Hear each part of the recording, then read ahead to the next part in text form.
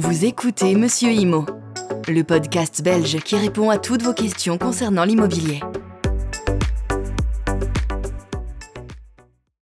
Aujourd'hui, on parle d'un univers qui nous touche tous, que l'on ait 5 ans ou 55 ans, un univers fait de souvenirs, d'émotions, de Noël, de rêves d'enfants, mais aussi d'un marché qui pèse des milliards d'euros et qui évolue sans cesse.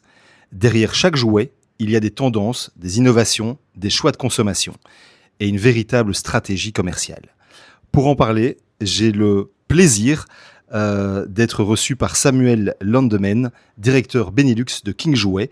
Bonjour Samuel. Bonjour Benoît. Alors Samuel, avant de parler du business, pouvez-vous un petit peu vous présenter ? Qui êtes-vous ? D'où venez-vous ?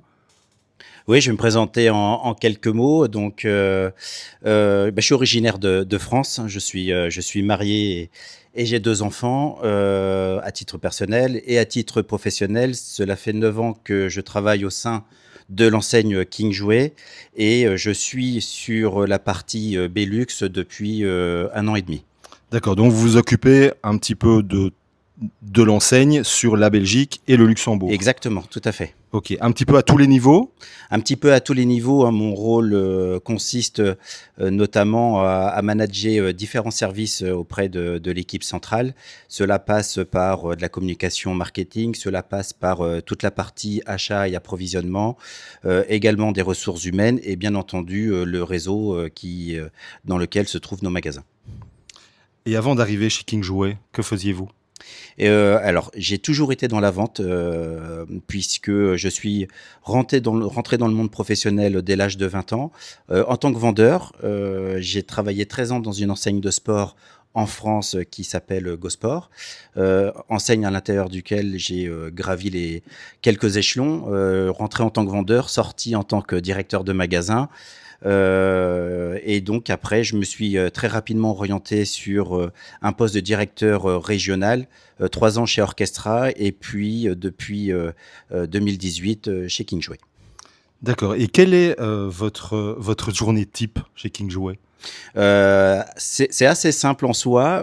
La première partie de la journée consiste surtout à analyser les chiffres, le réalisé de la veille ou le réalisé de la semaine précédente, etc. J'ai des rituels avec mes équipes. Je fais un point avec chaque manager de service qui dure généralement 30 minutes pour regarder un petit peu où est-ce qu'on en est sur les tendances au niveau des ventes, des stocks déjà principalement.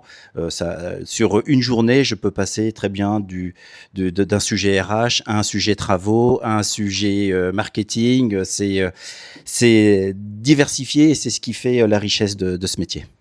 Et pourquoi avoir choisi le monde du jouet ? Est-ce que c'est un univers qui vous plaît depuis longtemps ? Alors l'univers me plaît effectivement parce que je suis un joueur dans l'âme. Après être rentré chez King Jouet et spécialement dans le monde du jouet, c'est surtout une opportunité qui s'est trouvée au bon moment lorsque je suis rentré chez King Jouet. J'en ai pas forcément fait une vocation première, mais en tout cas j'ai appris à prendre du plaisir tout en y travaillant. Donc voilà. Le plaisir d'enfant, en fait. Est-ce qu'il y a un jouet dont vous vous souvenez quand vous étiez petit ? Oui, mais je vais rester très simple dans ma réponse. C'est le Monopoly parce que depuis tout petit, en fait, je joue beaucoup aux jeux de société, en famille notamment. Et vraiment, ce qui m'a marqué depuis tout petit, c'est le Monopoly. Parce qu'on se rend compte que 40 ans après, le produit, il est toujours présent et il fait encore partie des meilleures ventes. Ouais. Alors, il est décliné en plus de 2000 exemplaires. Oui, dans de nombreuses versions, mais la version classique, c'est un intemporel. Et aujourd'hui, je joue au Monopoly avec mes enfants. D'accord. Vous vous souvenez de votre premier Monopoly reçu ? Oui, mais c'était à Noël. Mais c'est le Père Noël qui me l'a apporté quand j'étais tout petit. D'accord. Alors, on connaît tous King Jouet. Mais finalement, peu de gens connaissent son histoire. Comment est née cette aventure ? Alors, King Jouet, c'est une entreprise qui existe depuis 1989. C'est un groupe français détenu par la famille Guédon. Avant King Jouet, en fait, il y avait un fonctionnement, mais déjà sous forme de grossiste. Et après, donc King Jouet s'est spécialisé en tant que distributeur, mais une enseigne qui existe maintenant depuis. Je suis en train de réfléchir le nombre d'années, enfin depuis 1989, excusez-moi, qui est né en Isère, à Voiron très précisément, donc très proche de Grenoble. Aujourd'hui, c'est un réseau qui comporte 400 magasins, dont 350 en France, et le reste principalement réparti sur le Benelux et la Suisse. Ok, si je vous pose la question de connaître l'ADN de King Jouet en Oui. 3 mots. Oui. Alors, le mieux, c'est une phrase qui prend tout son sens chez nous, c'est accompagner les parents, faire rêver les enfants. Et ça, ce sont nos valeurs. Et aujourd'hui, tout ce qu'on construit, on le construit autour de cette phrase. D'accord, donc le jouet en fait raconte aussi l'évolution de la société, je Oui. pense. Mhm. Comment est-ce que vous décririez aujourd'hui le marché du jouet en Belgique et au Luxembourg ? Alors, c'est un marché qui est porteur, clairement. On a une croissance qui est constante depuis le Covid. Si on prend le marché du jouet sur l'année 2025, c'est une progression à +8. Donc, c'est un marché qui se comporte bien, qui est porté par deux fournisseurs très importants sur le jouet que sont Lego et Asmodée, à travers les cartes stratégiques, mais pas que. Donc c'est un marché qui se comporte assez bien actuellement. Et donc nous, aujourd'hui, nous sommes plutôt satisfaits de nos résultats. On parle de Lego par exemple, Mhm. il y a eu énormément d'évolution dans les Lego aujourd'hui. Oui. Est-ce qu'il y a d'autres marques, d'autres jouets qui ont connu cette transformation, si on peut l'appeler comme ça ? Dans des proportions aussi importantes, non. Pas que je sache. La force et le pouvoir qu'a Lego, c'est de pouvoir travailler avec de nombreuses licences, que ça soit Harry Potter, Star Wars, cette année Pokémon. Donc aujourd'hui, on vend même maintenant des Lego Pokémon. Et la diversité dans l'offre fait toute la puissance de Lego. Ok, je me rappelle il y a quelques années, quand moi j'allais acheter des jouets dans les magasins, c'était souvent des achats coup de cœur. Oui. Est-ce qu'aujourd'hui, c'est toujours un achat coup de cœur ou un achat qui est beaucoup plus réfléchi ? L'achat du jouet ? Oui. Il est plus réfléchi aujourd'hui. Il y a toujours ce qu'on appelle, en fait, on surfe parfois sur certains phénomènes, donc qui sont parfois très éphémères. C'est le cas actuellement. En ce moment, il y a une petite tendance autour des squishies, donc c'est une espèce de petit jouet qu'on vient malaxer. C'est une forme d'anti-stress finalement. Donc en ce moment, on est plutôt là-dessus. Donc sur ces produits, oui, on est plutôt sur des achats coup de cœur. De manière générale, on est quand même sur des achats réfléchis parce qu'il y a pas mal de notions qui viennent, que maintenant les parents prennent en compte sur les aspects cognitifs, éducatifs, aussi tout ce qui tourne autour des sujets RSE, la provenance du jouet, la fabrication du jouet. Donc ce sont maintenant des éléments qui n'étaient pas forcément pris en compte avant, ou en tout cas pas à la bonne hauteur, et aujourd'hui ce sont des choses sur lesquelles nous faisons extrêmement attention dans ce que nous vendons en magasin. Et donc, à la question qui décide aujourd'hui, c'est les enfants et les parents. Effectivement. Alors, si on prend plus particulièrement la fin d'année, effectivement, on pourra dire que ce sont en premier lieu les enfants, parce qu'on a toujours le catalogue que nous allons mettre en place pour la fin d'année à l'occasion de la Saint-Nicolas, puis de Noël. Donc, on est toujours sur un rituel où on va découper la petite image que l'enfant va vouloir. Mais effectivement, les parents, derrière, peuvent, dans certains cas, s'assurer de la conformité et du bien, de l'utile que peut apporter le jouet dans le quotidien de l'enfant. Et cela donc malgré les smartphones, les tablettes. J'imagine qu'on observe toujours un retour aux jeux traditionnels. Aussi. Oui, c'est toute la force, par exemple, que peuvent avoir et Lego dans le côté construction ou les jeux de société, parce que le traditionnel a encore toute sa place. Et aujourd'hui, ce qu'on vend en matière de produits, on va dire un peu électroniques, sont quand même de nature à être éducatifs avant tout. Et là aussi, nous faisons extrêmement attention à ce que nous vendons, parce que, par exemple, sur cette année ou sur cette fin d'année 2026, on va commencer à avoir des produits qui intègrent l'intelligence artificielle. Et là aussi, nous, comme les fournisseurs, devons nous assurer à 100% que l'intelligence artificielle est encadrée et utilisable dans le contexte du jouet. Est-ce qu'il y a un jouet qui vous a un peu surpris ces dernières années, celui dont personne ne parlait, mais qui est arrivé et qui a fait un carton? Sur ces dernières années, oui, il y en a eu pas mal, hein. Si je reprends les 2 dernières années, on a eu le produit, par exemple, un Bizi. Je sais pas si vous voyez ce que c'est.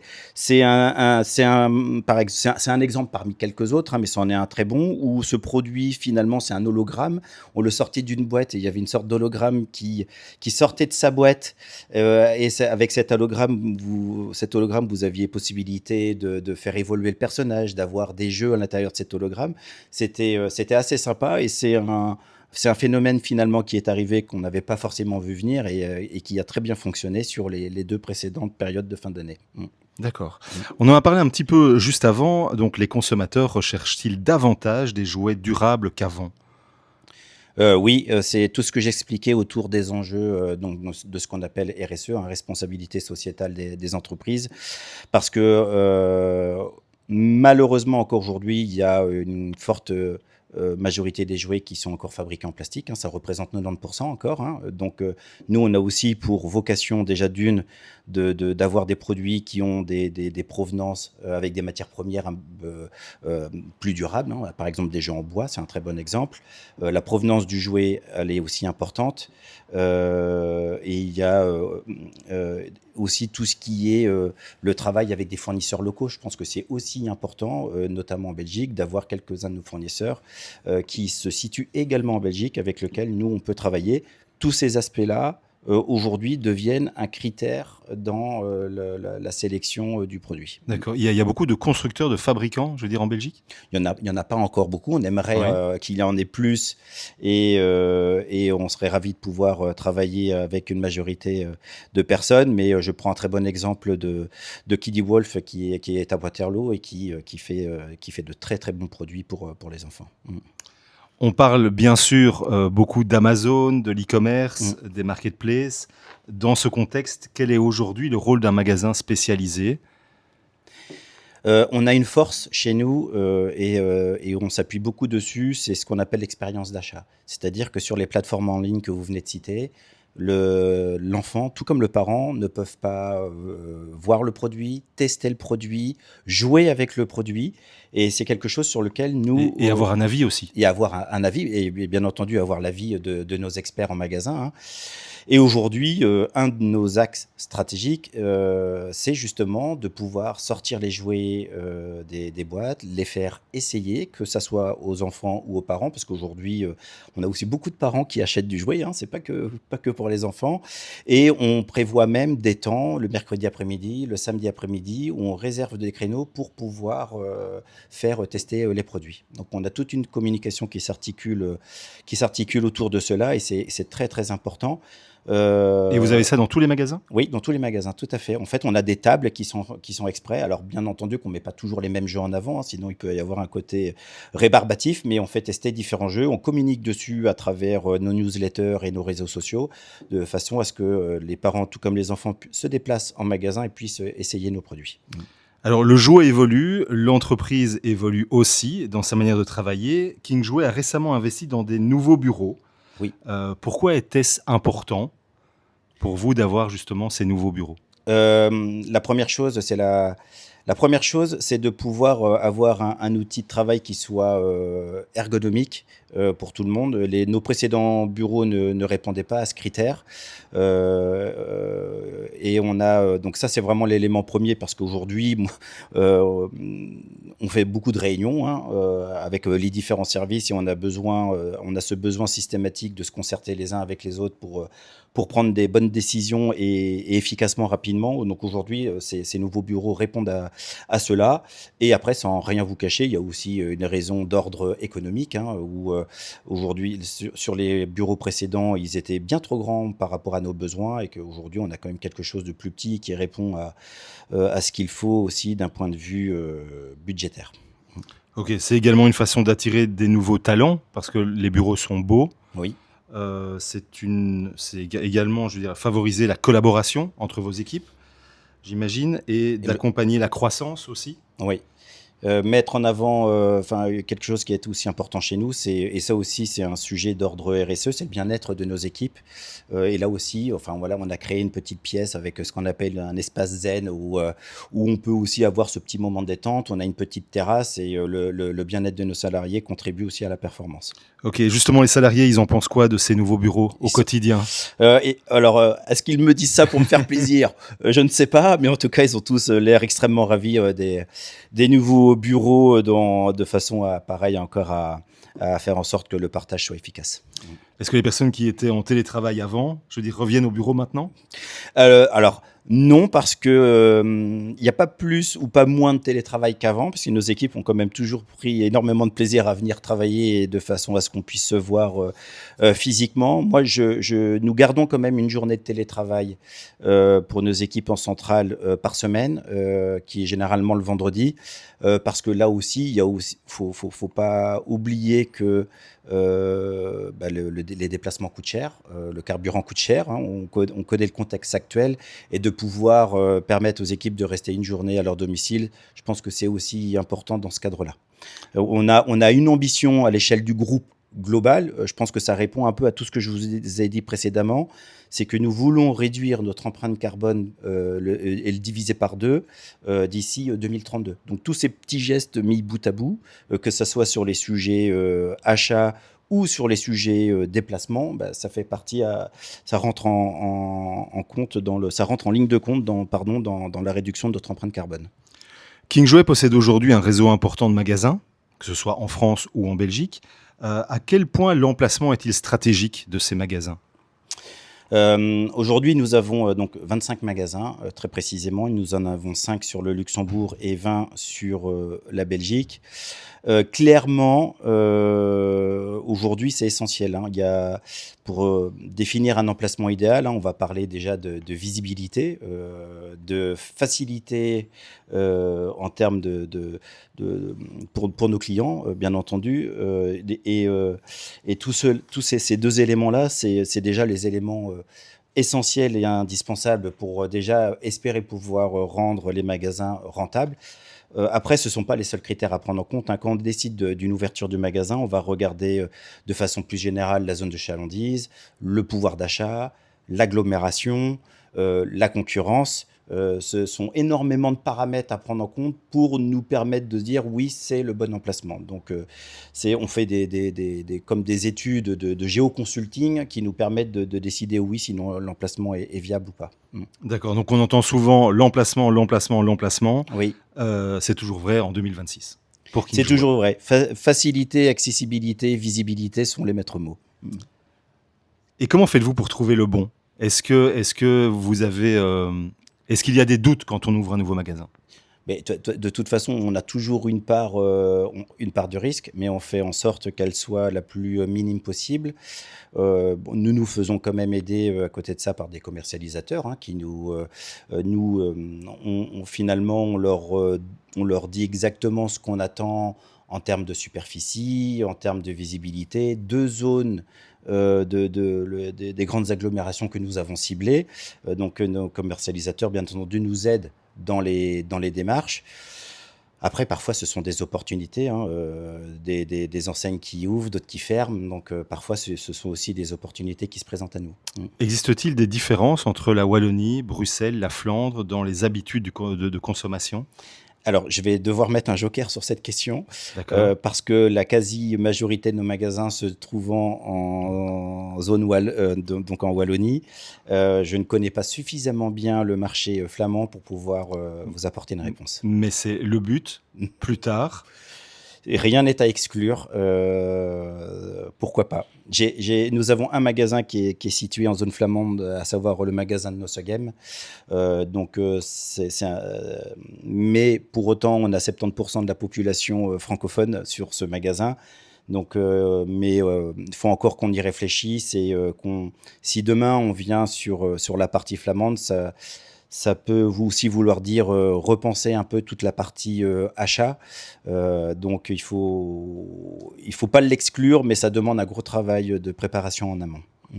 Parfait. Eh bien, merci Samuel pour cette interview, de m'avoir accueilli, je veux dire, dans les nouveaux bureaux à Nivelles, qui sont des bureaux vraiment faciles au niveau accès, puisqu'il y a la gare, il y a vraiment tout ce qu'il faut. Je vous souhaite énormément de réussite, je veux dire, dans le futur. Eh bien, je vous remercie beaucoup. Et je mettrai, je veux dire, en descriptif le lien, je veux dire, du site internet, avec la possibilité, je pense aussi, de pouvoir acheter en ligne. Oui, très bien. Donc voilà, mais allez également dans les magasins, puisque c'est là que les meilleurs conseils, je veux dire, seront donnés. Merci à vous. C'est avec grand plaisir, merci. Le contenu vous a plu ? Abonnez-vous et retrouvez encore plus de contenu sur www.monsieurimo.be.